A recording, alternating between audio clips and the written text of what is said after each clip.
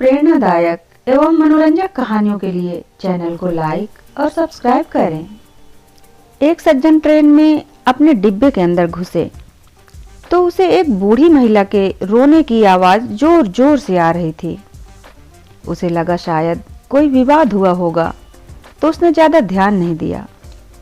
Train station छोड़ चुकी थी। लगभग 10 मिनट बीत गए थे, लेकिन वह आवाज़ चुप ही नहीं हो रही थी। सोचा कि जा करके देखना चाहिए कि क्या बात हुई है, ऐसा क्या विवाद हो गया।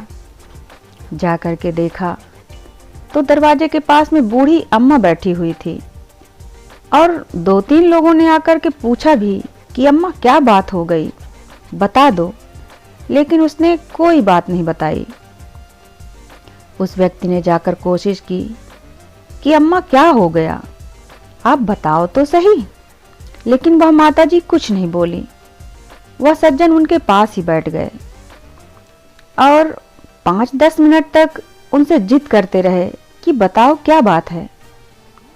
अम्मा ने अपने बैग में से एक लिफाफा निकाल करके उसके हाथ में रख दिया और कहने लगी कि खुद ही देख लो। उसने उस लिफाफे को खोला तो उसमें 4 पेड़े थे, 200 रुपए थे, एक कागज था जिसमें इत्र की महक आ रही थी। उसने पूछा, माँ जी यह क्या है?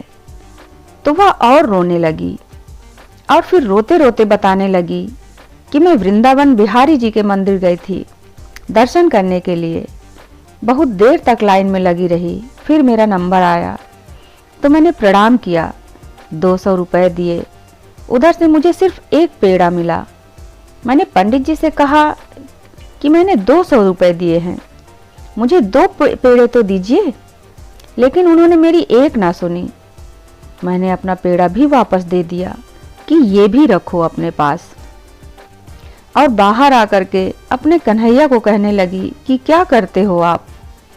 मंदिर की सीढ़ियों पर बैठी हुई थी, तभी एक छोटा बच्चा मेरे पास आया और मुझसे कहने लगा कि माँ यह लिफाफा है, संभाल के रखो, मैं अभी आया हाथ धो करके।